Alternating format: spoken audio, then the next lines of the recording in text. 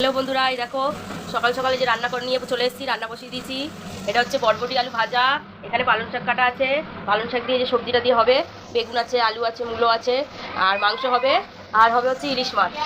এত কিছু রান্নার আয়োজন, আর এটা আমার ছেলের খাবার। এত কিছু রান্নার আয়োজন কেন বলো তো? এই যে আমার ননদ এসছে, ননদের মেয়ে এসছে, ও ঠাকুমা এসছে, সবাই এসছে। ওরা যে খাওয়া দাওয়া করে চলে যাবে বাড়িতে, কারণ আজকে হচ্ছে ও বাপের বাড়ি ছিল, আজকে চলে যাবে। কেননা ও এখান থেকে যাবে সোনারপুর, ওই জন্য এখান থেকে যাবে সোদপুরের ওপর থেকে, আর ছেলেকে দেখবে না সেটা হয়, তাই ছেলেকে দেখতে এসছে।